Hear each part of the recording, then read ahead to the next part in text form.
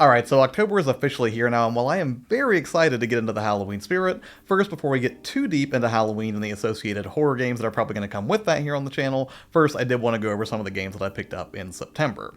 Now, as always, this is not every game that I picked up last month, but rather just a selection of the ones that I found to be most interesting and how they perform on the Steam Deck. So, all that being said, let's kick this off with a cult classic that was recently re-released, and that will be Lollipop Chainsaw RePOP. So one of the primary draws for this game, in my opinion, is its style. If you've enjoyed games like No More Heroes or Killer 7, or any other hyper-stylized action game Suit has been attached to in the past several years, you should feel right at home here.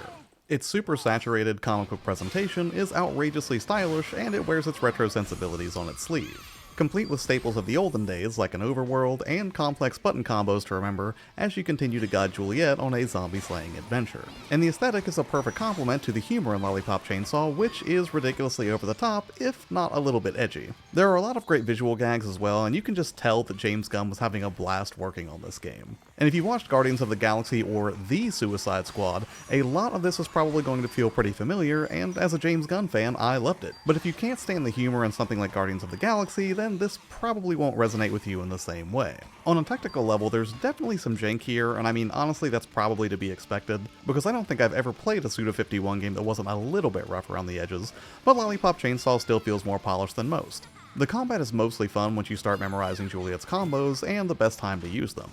And you'll run across a variety of quick-time events and minigames to keep things feeling fresh as you traverse its mostly linear levels and throw down with various named zombies and bosses. It's not the smoothest action game I've ever played, but it's perfectly playable and has enough laughs and moment-to-moment flair to keep things entertaining.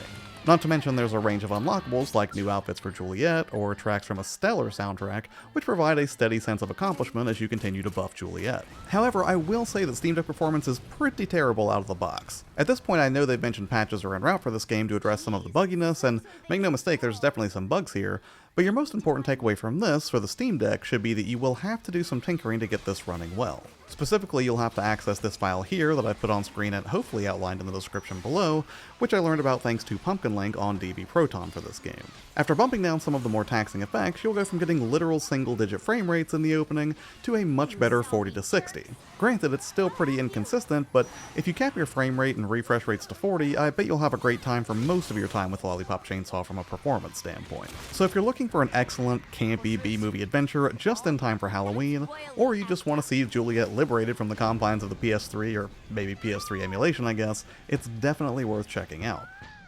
Next up, while we're on the subject of 5th gen femme fatales, we have a game that is much more jank than Lollipop Chainsaw, but I got it on sale and I'd always wanted to try it out, and that would be Bullet Witch. A third-person shooter that originally dropped back in 2006, the Windows version only came out a few years ago in 2018. Set in a post-apocalyptic Earth, you'll be playing as Alicia Claus as she hunts down a powerful demon through a range of mostly linear levels. To be honest, the story is very much not the central draw here. What is the central draw is the schlocky, so-so third-person shooting action that very much feels its age as a game approaching its 20th birthday.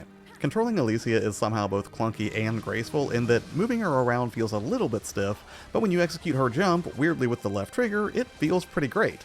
And while I don't know how practical it is to go flipping around like this on the battlefield, I sure enjoyed myself. The combat starts off with basic shooting and simple melee attacks, before graduating to more powerful magical attacks, and it's fairly satisfying. Don't get me wrong, this is no Stellar Blade or not even like a Devil May Cry 1 or anything, but it is fun if you're the sort that appreciates the retro experience, warts and all. And while the action is mostly fun in a video gamey way, what's really great is the hackneyed over-the-top premise and silliness peppered throughout. The enemy AI is pretty abysmal, the voice acting is questionable at best, and there's pop-in and weird little graphical inconsistencies all over the place. But it has its charms too, like some neat little destructive portions, or the ability to summon your own cover for firefights. Granted, I don't think I encountered a battle so fierce that I really needed to do this, but it was cool seeing it, and I'd love to see ideas like this expanded upon in the modern age with, well, a Stellar Blade coat of paint if I can get it. On the performance standpoint, it's mostly fine in that it runs well, but just a heads up, you will have to do a little bit of tinkering to get the cutscenes to work right. Thankfully, JVMac96 on ProtonDB made a script that you can run,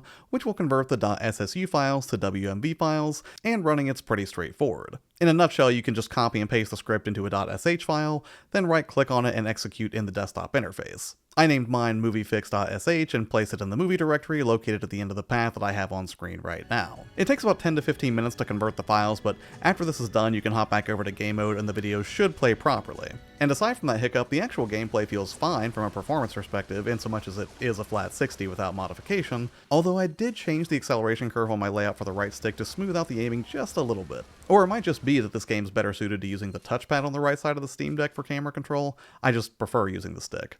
Ultimately, if you're somebody who loves campy, over-the-top games that aren't perfect but somehow still manage to be endearing, Bullet Witch is exactly that. Now, whether or not you'll want to brave the additional tinkering on the deck for the privilege is maybe debatable, but so far I'm having fun with it. I don't know if I can say it's a great or even a good game necessarily, but it is better than the sum of its parts, so if you do have a hankering for some no-frills, straightforward supernatural action and can find it on sale, it's decent enough for what it is. But now let's move on from the realm of cult classics to actual classics, with not one, but 3 games that are undeniably great, and that would be the Castlevania Dominus collection. Which, full disclosure, was not actually a pickup, but rather it was provided by the publisher through Keymailer, which, props to Konami, man, because that's the second code they provided me in the past couple of months between this and Signy, so, here's hoping they go for the hat trick and maybe, kick me a Silent Hill 2 remake key, because I would love to cover that game in an incredibly biased way, but yeah, for now let's go ahead and talk about Castlevania. Because personally, these are some of my favorite games of all time, but crucially, unlike Silent Hill 2 Remake, I rarely ever revisit these. In these 3 games in particular, Dawn of Sorrow, Portrait of Ruin, and Order of Ecclesia, I had only the vaguest memory of because sometimes when a series puts out hit after hit for years on end, they kind of blur together a little bit for me.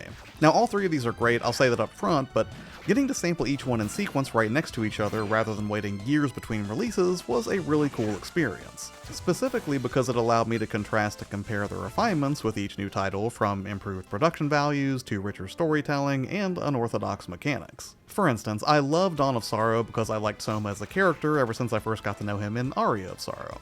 And its visuals are a clear upgrade from the GBA version, despite the fact that, in my memory, I saw them as being essentially the same. But Dawn of Sorrow really did do some fun new things with the more 3D capable DS hardware, and those visuals still look excellent. In Portrait of Ruin, I really liked the ability to switch between Jonathan and Charlotte because using them as a team to solve puzzles or just flip between 2 sets of combat loadouts made them both feel distinct and satisfying in their own ways. Not to mention the visuals only further improved this time around, and both seem to control slightly more smoothly than Soma and Dawn of Sorrow. It's not as significant a leap as going from like GBA Circle of the Moon to Harmony of Dissonance, but it is noticeable.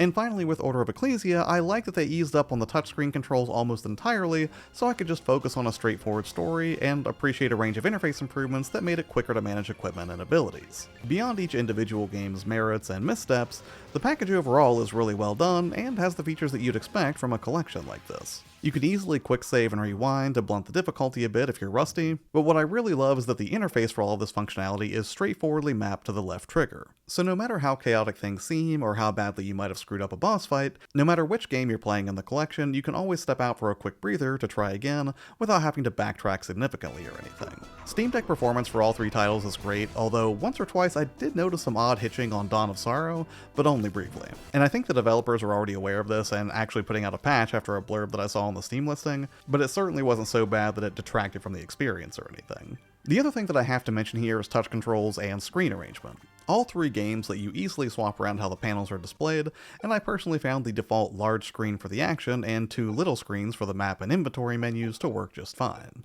But it's still a little bit jarring to look at it in this configuration where the action's just a little bit off-center. But if you're not a stickler for OG hardware, or have already spent time emulating DS games on the deck, then it shouldn't be a big deal. As for touch controls, I was mostly worried about drawing the seals in Dawn of Sorrow, and wondering if I'd have to break out a mouse for that, or if I could somehow avoid having to fool with it, and thankfully you can just do button presses for these portions. And I can't remember if the game originally did this or not, but if it was a quality of life enhancement made specifically for this collection, then great, because without it I probably would have been less inclined to play this one. So yeah, solid collection all around, and if you never got to experience these because they were locked to the DS hardware, or you just didn't fancy emulation, I 100% recommend it. And not because Konami told me to or gave me a big old bag of Scrooge McDuck money, it's just that they really are absolute classics that are as fun now as when they came out nearly 2 decades ago. And next up, let's look at a new release with retro sensibilities with a horror game that I've been keeping an eye on for a while, and that is Hollowbody. And I kinda knew I was in for a good time immediately with Hollowbody, considering it does start off with a warning about violence and cruelty, which is exactly what I want in my 5th gen or, well, maybe 5th and a half generation horror throwbacks. The premise is that after a bioterrorism attack, numerous British cities were subjected to economic hardship and depravity. As panic rose, people rushed to evacuate, and the fortunate few high-value citizens that were lucky enough to get extracted did so to the neighboring city of Aeonis. As the story ramps up, you'll find yourself stranded with limited resources to push through the remains of a decaying and abandoned city. But you're not the only thing creeping around in the ruins, and true to the genre, you'll have to lean on your wits and exploration to survive. I'm still pretty early in this game, but I'm already intrigued by it. A throwback to early 2000s horror, it really does perfectly capture the look and feel of those first baby steps into the 5th console generation. But thankfully, it also has a lot of modern conveniences and polish to keep the experience from being too accurate to the era. For instance, the 3D map is very well done and makes clearing interiors and tracking which doors are traversable a breeze, and while you have to dig into your inventory to manually examine and interact with key items that you find along the way, there's also a quick select that you can use with the D-pad to jump straight into some of this functionality when needed. And all of this is done in a distinctly tech-noir, Blade Runner-esque style that really makes it stand out from other horror titles. Retro visuals aside, it also has a vibe of modern horror movies because, as much as there are real, tangible dangers to be found, it also has a lot of world building to flesh out the story. Clues in the environment, notes you find, transmissions that you interpret from long-dead citizens, it all makes the world of Hollowbody feel very real and grounded despite its near-futuristic setting. Plus, it's always encouraging when a developer understands how to make open areas unsettling as much as they can the more claustrophobic interior environments. When it comes to Steam Deck performance, it's definitely a mixed bag. You can hold a mostly steady 60 FPS for the interior environments, but exterior environments is where it gets dicey to the point that you may want to crank your resolution down a little bit. This is especially true if you're using a flashlight in outdoor areas with lots of rain on the deck. That being said, I would have been happy to lock the entire experience at 30 frames per second, just so it felt more like a PS2 era survival game. But even so, I'm very much looking forward to spending more time with this one, as it was easily the spookiest game that I picked up last month. And finally, let's round this out with some lighthearted chill fare with Mika and the Witch's Mountain, which was also not a pickup, rather was provided to me by the developer. And immediately this game really pops with a charming art style that is complete with Ghibli-style animated cutscenes peppered in for good measure. You'll be playing as Mika, an aspiring witch who takes on the job of delivering packages to the townsfolk scattered about a small island. You're doing this so that you can eventually upgrade your broom's capabilities and continue on toward your true calling. But for now, you'll be in the service of the Amazing Delivery Service, a nearly on-the-nose Amazon analog, making deliveries, chatting up the townsfolk, and slowly uncovering more information about the island. Its gameplay loop is pretty straightforward in that you'll be picking up packages and making deliveries on your, well, sort of trusty broom.